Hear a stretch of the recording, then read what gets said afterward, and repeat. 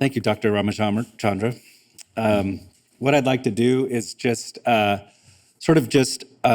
about the lifestyle that the apologist would need to have, according to some of the things that Dr. Ramachandra was saying yesterday, and sort of the lifestyle that creates the context for the apologist. So, what I'd like to talk about is what Dr.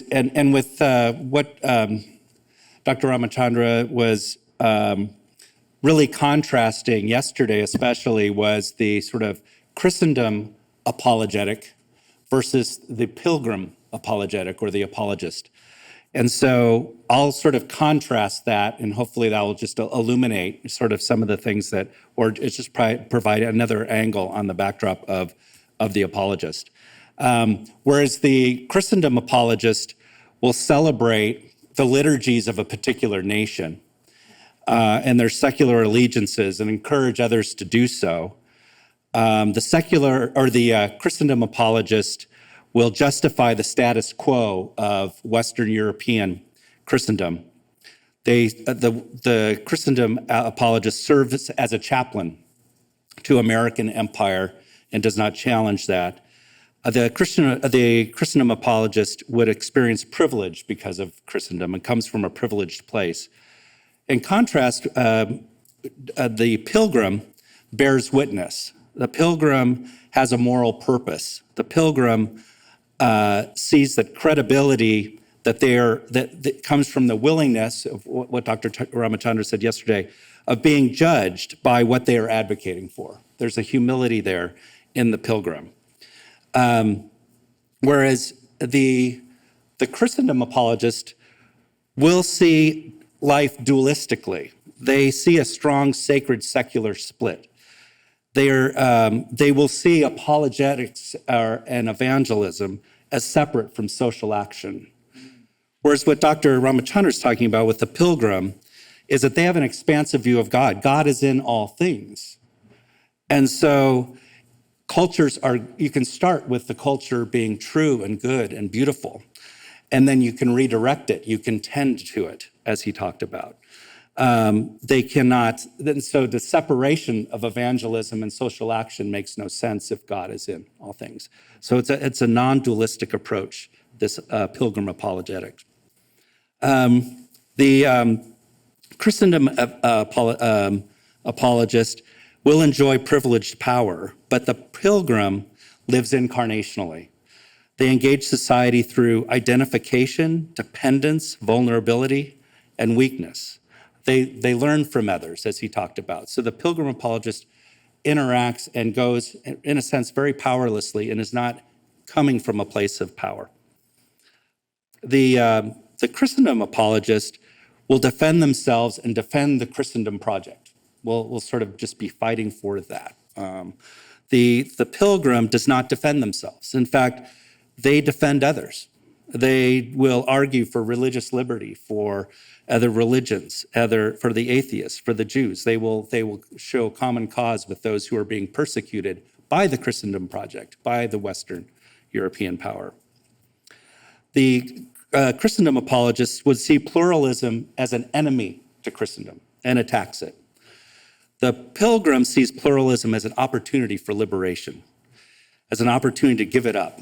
They pay attention to the local.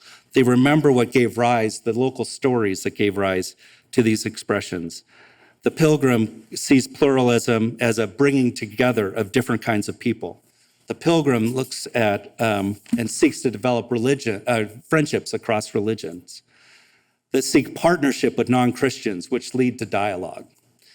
The Christendom apologists will look focus on argumentation, proofs that prove theism, Christ, the Christian religion, whereas pilgrims are dialogical, as he just mentioned. They are not withdrawn. They do not find any methods or techniques that are compelling, but they're deeply contextual. They're interacting. They're working with the other. They make themselves vulnerable to the power of the other. They dialogue and start. And Dr. Ramachandra talks about how they start wherever the person starts and just continues to sort of find and dig and see what their ultimate commitments are so as to serve them, to help them live a coherent life. So the dialogical relation is a relationship. It's a conversation. It is one that actually can get to the place where one can actually lovingly critique the other because they respect one another. Christendom apologists might stress truth as a way to divide others, whereas the pilgrim stresses unity. And the unity is not based on homogeneity or agreement, but how people can stay together in the midst of their disagreements, in the midst of these heavy conversations that they're having. A Christendom apologist may baptize the status quo, not see it as something that actually you need to bring the new believer into to challenging the status quo. Whereas the pilgrim really sees that their distinctiveness, they need to live in a distinctive way that is by acting on behalf of the world. And so it is not, it is often as a contrast to Christendom and the powers. The pilgrim calls out the religious power brokers. The pilgrim represents good news for those who yearn for a new world. Like Mary's song that he identified yesterday. They speak tenderly to the oppressed. So the pilgrim is one that is going to be advocating for a contrast to the society as it is. Whereas the Christendom approach may stress that the Christian, that there's very little sort of deep personal transformation that's available for the Christian, for the new Christian, whereas the pilgrim really liberates people from their sins, their entanglements, so they'll be free for God and neighbor. And so it's a very this worldly salvation. There's no dualistic sort of offering of salvation for the next world, but it is a freedom that the pilgrim invites others into now.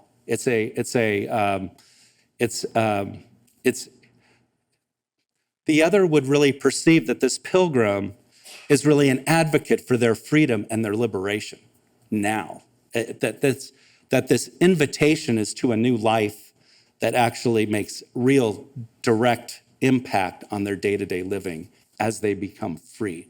So it's really this apologetic approach is one that really liberates the other.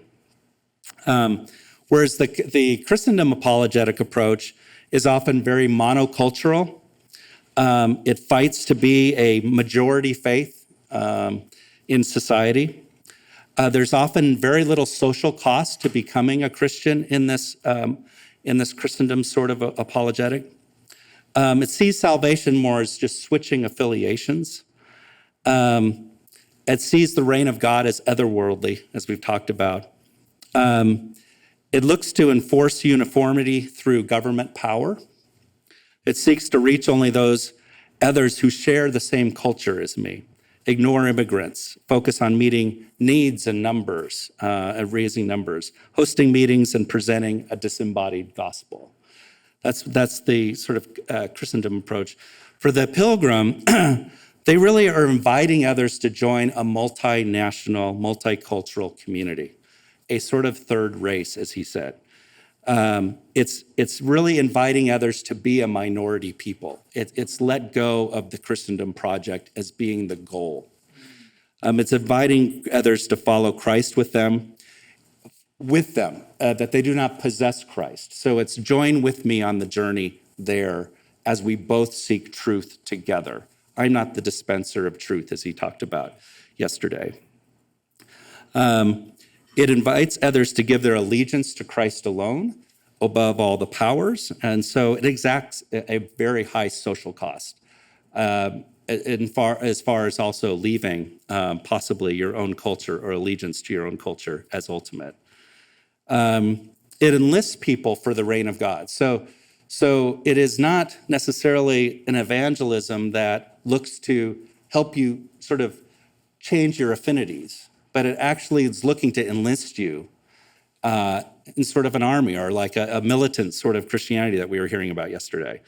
It invites us to care for the widow, for the orphan, the oppressed. So it's an invitation. It's not directed in the same way that maybe a Christendom approach, which is really looking at sort of meeting someone's needs, getting someone in. It is really an invitation to care for the poor and the orphan. It's really an invitation to be part of this new world, be part of the answer.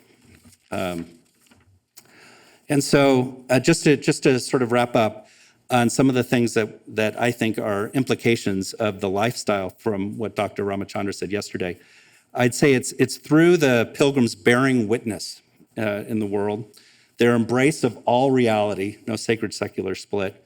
They're living incarnationally, sort of without power, without that support, without the sort of sanctioning of the powers in the sense of Christendom. Their embrace of pluralism, not fear of it, but actually, if you have a belief in God is in all things, then the pluralism doesn't scare you. It's actually, as he said, an opportunity to see what Christ is doing in there, to encounter Christ with the other. And it's very, as he's mentioning earlier, it's very much through dialogue. And it's not dialogue, it's not a monologue, it's not, here, let me tell you, but it's really being curious with the other to hear what Christ is doing in them. It's an offer of personal liberation from the powers. And so it does meet needs, but it may not be the needs that someone thought they had when they came in. It's a liberation from the powers that they may not have even known that they were captive to. It's an ongoing invitation for others to join this new reality. So it's very much inviting someone into a whole new world, as opposed to sort of something that may just be more directed towards a comforting sort of decision for me and Jesus. But it's actually, this is inviting to a new way of life that will hit everything. And so Dr. Ramachandra, through many of these sorts of insights with what he was talking about yesterday, he offers a way forward for us in apologetics in this time. So those are my thoughts. Thank you.